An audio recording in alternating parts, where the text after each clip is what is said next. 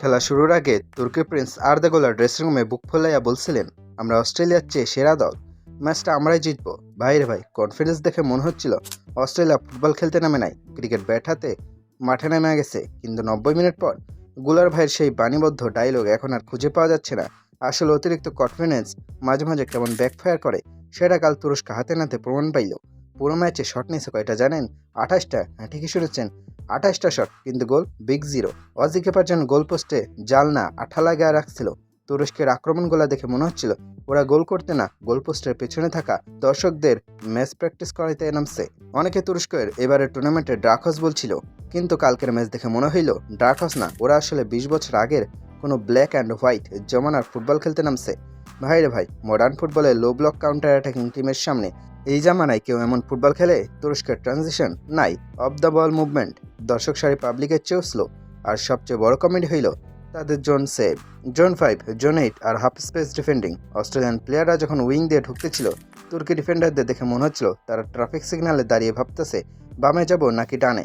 অস্ট্রেলিয়ার game plan, tactics আর execution তুরস্কের চেয়ে শুধু বেটার ছিল না ভাই, ফার বেটার ছিল। অজিদের পাসিং আর ফিজিক্যালিটির সামনে তুর্কি মিডফিল্ড যেন খড়ের কুটো। ক্রিকেট দিয়ে দুনিয়া কাঁপানো ক্যাঙ্গারুরা যে ফুটবলেও এমন হাই প্রেস আর মডার্ন ফুটবল খেলবে, সেটা হয়তো তুরস্কের কোচও স্বপ্নেও ভাবেন নাই। কোনো অঘটন না বস, অস্ট্রেলিয়া একদম ডমিনেট করে বুক চিতিয়ে ম্যাচটা জিতে নিছে। তবে টিম হ্যালো একটা ছেলে প্রশংসা না করলে খুব বড় ভুল হবে। হেজ নান আদার দেন আর্দা গুলার। ছেলেটা খেলছে অসাধারণ। মানে তুরস্কের পুরো টিম যখন ঘুমন্ত মোড়ে, গুলার একাই চেষ্টা করে গেছে। এক একটা শট যখন নিচ্ছিল মনে হচ্ছিল এখন বুঝি জাল ছিঁড়ে গেল। তার শটগুলো যদি আরেকটু নিখুঁত হইতো, মানে আর কয়েক ইঞ্চি এদিক ওইদিক হইতো, তাইলে হয়তো তার নামের পাশে 2টা গোল অবধারিত ছিল। কিন্তু কপাল খারাপ হলে যা হয়, গোলার শট মারে বুলেট গতিতে, আর বল গিয়া লাগে পোস্টে, না হয় সাইড নেটে। গোলের অবস্থা কালকে ওই মজনুর মতো হয়েছিল যে একাই চিৎকার করে ভালোবেসে গেল, কিন্তু লাইলি শেষমেশ ধরা দিল না।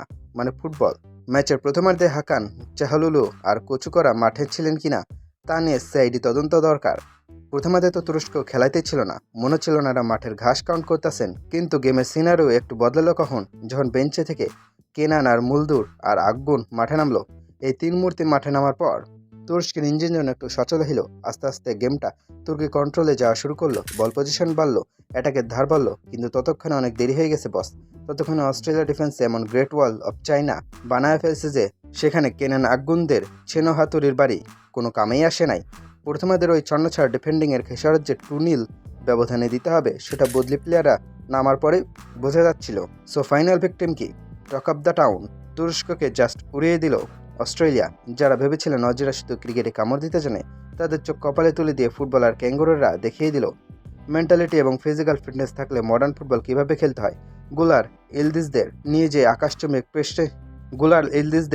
আকাশচুম্বী এক্সপেকটেশন ছিল, সেটা টুর্নামেন্টের শুরুতে মস্ত বড় একটা হোঁচট খাইল। এখন কথা হইল, আর্দা গুলার ভাই ম্যাচের আগে সেই বাণীটা কি এখনও গুগল ম্যাপেও খুঁজে পাওয়া যাবে? মনে তো হয় না। তবে তুরস্কের জন্য এখনও শেষ হয়ে যায়নি। এই 20 বছর আগের ডিফেন্ডিং ট্যাকটিক্স বাদ দিয়ে যদি মডার্ন কাউন্টার প্রেস শিখতে পারে, তবেই হয়তো পরের ম্যাচে কামব্যাক সম্ভব। না হলে ডাক হয়ে এসে ডাক ধাঁধার মতো টুর্নামেন্ট থেকে বিদায় নিতে হবে।